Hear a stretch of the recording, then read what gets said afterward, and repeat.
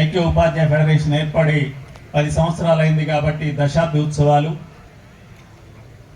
పెద్ద ఎత్తున నిర్వహిస్తున్న నేను నాతో పాటు ఆహ్వాన సంఘంలో ఉన్నవారు ఈ సభలకు రాష్ట్రంలోని నలుమూలల నుంచి 32 జిల్లాల నుంచి నల్లగొండ జిల్లాకు వచ్చిన సోదర ఉపాధ్యాయులందరికీ సీనియర్లందరికీ పేరు పేరున ఉద్యమాభినందనలు తెలియజేస్తున్నాను.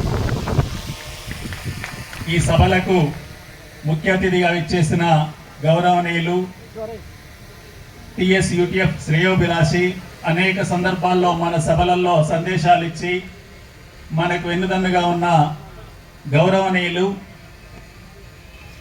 తెలంగాణ శాసన మండలి చైర్మన్ గుద్దా సుఖేందర్ రెడ్డి గారు, వారిని మేము వాళ్ళొక బడి అనుకుంటే 40 మంది పిల్లలం మేము. అందులో మా హెడ్ మాస్టర్గా అప్పుడప్పుడు అనుకుంటాం. అంటే మా బడిని చాలా సజావుగా నిర్వహిస్తున్నందుకు చాలా పెద్ద ఎత్తున కృషి చేస్తున్న సందర్భం మీరు కూడా అప్పుడప్పుడు గమనిస్తూ ఉంటారు. మరొక గౌరవ అతిథి నా తోటి శాసనసభ్యులు MC కోటిరెడ్డి గారు, మరొక గౌరవ అతిథి గౌరవనీయులు మాజీ శాసనసభ్యులు కార్మిక ఉద్యమ నేత జూలకంటి రంగన్న, సభాధ్యక్షులు మన రాష్ట్ర అధ్యక్షులు జంగయ్య గారు, సీనియర్ నాయకులు కృష్ణమూర్తి గారు, TG ఎంప్లాయీస్ జాక్ రాష్ట్ర అధ్యక్షులు మారం జగదీశ్వర్ గారు, రాష్ట్ర ప్రధాన కార్యదర్శి ఏలూరు శ్రీనివాసరావు గారు, రాష్ట్ర ప్రధాన కార్యదర్శి చావా రవి గారు, మనం పుట్టుక ఏపీయూటీఎఫ్ రాష్ట్ర అధ్యక్షులు వెంకటేశ్వర్లు గారు, మన STFI ఉపాధ్యక్షురాలు సంయుక్త గారు, ఇక వేదికపై చాలా మంది సీనియర్ నాయకులు అందరూ ఉన్నారు. అందరికి పేరు పేరున వేదిక ముందు కూడా చాలా మంది సీనియర్ నాయకులు ఉన్నారు, యువ ఉపాధ్యాయులు ఉన్నారు, మీడియా మిత్రులు ఉన్నారు, ఆఫీస్ బేరర్స్ ఉన్నారు. అందరికీ పేరు పేరున ఉద్యమాభినందనలు తెలియజేస్తున్నా. అందరికీ మరొకసారి స్వాగతం పలుకుతూ, ముఖ్యంగా ఈ సభల ఏర్పాటు కొరకు వర్కింగ్ కమిటీ ప్రెసిడెంట్గా రాజశేఖర్ రెడ్డి గారు, కో చైర్మన్స్గా నాగమణి గారు, సైదులు గారు, రాష్ట్ర ఆహ్వాన సంఘం ప్రధాన కార్యదర్శిగా వెంకటేశం గారు, కోశాధికారిగా శేఖర్ రెడ్డి గారు, మిగతా సభ్యులందరూ ఈ పెద్ద ఎత్తున ఏర్పాట్లో కృషి చేశారు. మీకు నచ్చిన ఏమన్నుంటే, మీరు మెచ్చిన ఏమన్నుంటే ఆహ్వాన సంఘ సభ్యులందరికీ అభినందనలు చెప్పండి. ఏమైనా లోటుపాట్లుంటే, ఏమైనా హెచ్చుతగ్గులుంటే వాటన్నిటికీ ఆహ్వాన సంఘ చైర్మన్గా నా మీద వదిలేయండి. దానికి నేను బాధ్యత తీసుకుంటానని చెప్పి ఈ సందర్భంగా తెలియజేస్తున్నా. అయినా ఎందుకు ఇప్పుడు వద్దుగా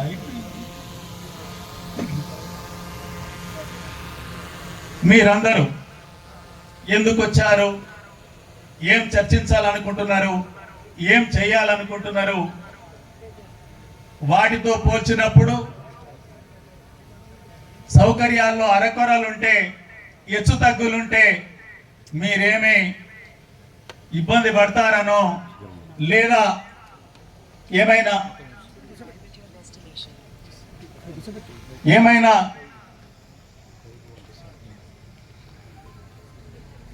అసంతృప్తి వ్యక్తం చేస్తారనే ఎటువంటి ఇబ్బంది కానీ ఎటువంటి అభిప్రాయం కానీ నాకు లేదని ఈ సందర్భంగా తెలియజేస్తున్నా. మీరందరూ ఆహ్వాన కమిటీలో భాగస్థులుగానే ఈ సభలను విజయవంతం చేస్తారని చెప్పి కోరుతున్నాను. నల్లగొండ మన ముందు పాట పాడారు. నల్లగొండ అంటేనే తెలంగాణ సాయుధ రైతాంగ పోరాట చరిత్ర. తెలంగాణను భారతదేశ యవనికలో కానీ ప్రపంచ యవనికలో కానీ ప్రపంచ పటంలో ఇక్కడ తెలంగాణ ఉంది. ఇక్కడ సాయుధ తెలంగాణ రైతాంగ పోరాటం జరిగింది. భూమి కొరకు, భుక్తి కొరకు, వెట్టి చాకిరి విముక్తి కొరకు పెద్ద ఎత్తున మట్టి పిసికే చేతులే తుపాకులు బట్టి పోరాటం చేశాయని ప్రపంచానికి ఎరకజేసిన జిల్లా నల్లగొండ జిల్లా, తెలంగాణ ప్రాంతం. అందులో వీరనార ఐలమ్మ వారిని గౌరవిస్తూ రాష్ట్ర ప్రభుత్వం తెలంగాణ మహిళా యూనివర్సిటీకి వీరనారి ఐలమ్మ పేరు పెట్టడం చాలా సముచితం. సభల తరపున అభినందిద్దాం, చప్పట్లు కొట్టండి. ఇక్కడ ఒక అంశం వస్తుంది. వీరనారి ఐలమ్మ పాలకుర్తి దగ్గర కడివెండి ఆ ప్రాంతం కదా, నల్లగొండ ఏంటి అనేది ఈ తరం పిల్లలకు చరిత్ర చదవకుండా అర్థమయ్యే అవకాశం ఉండకపోవచ్చు కొంతమందికి. ఒకనాడు జనగామ తాలూకా నల్లగొండ జిల్లాలోది. ఖమ్మం జిల్లా ఏర్పడే వరకు జనగామ తాలూకా నల్లగొండ జిల్లాలో ఉంది. అందుకే నల్లగొండ జిల్లా బిడ్డ.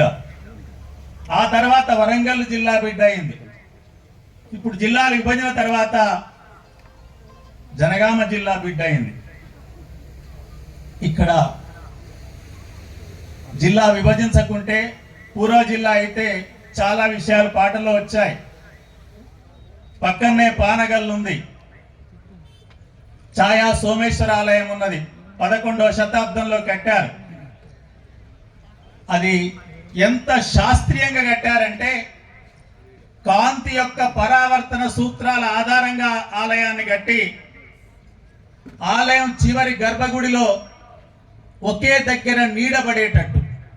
అంటే నేను ఆలయాన్ని ప్రస్తావించడానికి కారణం 11వ శతాబ్దంలోనే కాంతి పరావర్తన సూత్రాల ఆధారంగా ఆలయాన్ని నిర్మించి ఛాయ పడేటట్టు చేసిన చరిత్ర, శాస్త్రం ఈ జిల్లాలో ఉంది అని చెప్పడానికే నేను ఈ ప్రస్తావన చేస్తున్నా. చరిత్ర చెప్పాలంటే పుట్టకో చరిత్ర ఉంటుంది, చెట్టుకో చరిత్ర ఉంటుంది. నల్లగొండ జిల్లానే కాదు, తెలంగాణ రాష్ట్రంలోని ఏ ప్రాంతం అయినా కూడా చీమకి చరిత్రే ఉంటుంది, దోమకి చరిత్రే ఉంటుంది, అందరికీ చరిత్ర ఉంటుంది. అటువంటి చరిత్ర గడ్డ ఈ గడ్డ. ఈ గడ్డపై మనం 6వ మహాసభలు జరుపుకుంటున్నాం. ఇక మీ అందరికి స్వాగతం తెలుపుతూ,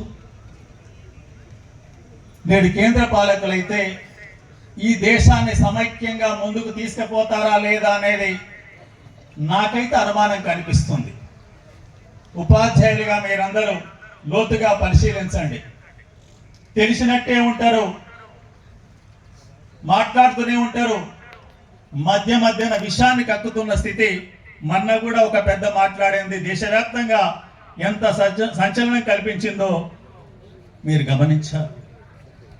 ఈ దేశం ఐక్యంగా ఉండాలంటే, ఈ దేశం సమైక్యతో ముందుకు పోవాలంటే భిన్నత్వంలో ఏకత్వం తప్ప మరో మార్గం లేదు. మతం అనేది ఇంటికి పరిమితమై తప్ప ముందుకు పోయే అవకాశం లేదు. అందుకు అనుగుణంగా పాలించే పాలకులు ఈ దేశానికి కావాలి, పాలించే పాలకులు ఈ దేశానికి కావాలి. అది ప్రథమ లక్ష్యంగా మీరందరూ ఈ మహాసభలలో తీసుకొని రాబోయే కాలంలో ఆ కృషి కొనసాగిస్తారని చెప్పి, కొనసాగించి ముందుకు తీసుకుపోయి భిన్నత్వంలోనే ఏకత్వం ఉంది, మతం ఇంటికి పరిమితమైంది, ఏ ప్రాంతీయ భావాలు కానీ ఇతర భావాలు కూడా తుంచుతాం, తెంచుతాం, భావి భారత పౌరులను తయారు చేస్తామని చెప్పే సందేశాన్ని ఇవాళే పిల్లలకు నేర్పుతారని చెప్పి ఆహ్వాన సంఘ కమిటీ చైర్మన్గా ఆకాంక్షిస్తున్నాను. వేదికపై చాలా మంది ముఖ్య అతిథులు అందరు ఉన్నారు. వారందరూ ఏం మాట్లాడతారో వినండి. అందులో ఉన్న సారాంశాన్ని గ్రహించండి. తద్వారా ఈ రాష్ట్రంలో కానీ దేశంలో కానీ ప్రభుత్వ విద్యారంగాన్ని ముందుకు తీసుకుపోవడానికి ఏ మేరకు మనం కృషి చేయగలమో, ఏ మేరకు మీరు అది ఉపయోగపడుతూ ఆ పద్ధతిలో ప్రతి అంశాన్ని క్షుణ్ణంగా పరిశీలించండి. కాస్త లేట్ అయినా ఇబ్బంది లేదు, ఈరోజు లేటుగా తిన్నా ఇబ్బంది లేదు, అందరూ ప్రశాంతంగా కూర్చొని ఈ మహాసభల్ని విజయవంతం చేయాలని చెప్పి కోరుతున్నాను. నేను మహాసభలు జరుగుతున్నాయి కదా, చాలా మంది ఫోన్ చేసి వేదిక మీద మా సమస్య ప్రస్తావించండి, మా సమస్య ప్రస్తావించండి అనేక సందర్భాల్లో అన్న వాళ్ళు ఉన్నారు. కానీ ఇది నేను ఇప్పుడు నిల్చున్న స్థానం, మాట్లాడుతున్న పని సమస్యల ప్రస్తావన కాదు. కాబట్టి అందరూ అర్థం చేసుకోండి, సమస్యలన్నీ కూడా మన 2 రోజుల ప్రతినిధి సభలో ప్రస్తావిస్తారు, తీర్మానాలు చేస్తారు, అతిథులు మాట్లాడతారు, ముఖ్య అతిథి మాట్లాడతారు. కాబట్టి వారి ద్వారా పరిష్కారానికి కొరకు కృషి చేద్దామని చెప్పి ప్రతినిధులు ఎవరైతే ముఖ్య అతిథులు అందరూ ఉన్నారో వారు మాట్లాడే ప్రతి మాటను జాగ్రత్తగా విని తెలంగాణ రాష్ట్రంలో ప్రభుత్వ విద్యారంగమే శిరోధార్యం, అందుకు మరొక మార్గం లేదు అనే రకంగా ముందుకు వెళ్ళాలని చెప్పి ఈ సందర్భంగా మీ అందరిని కోరుతూ, సంఘం 50 ఏళ్ల చరిత్ర,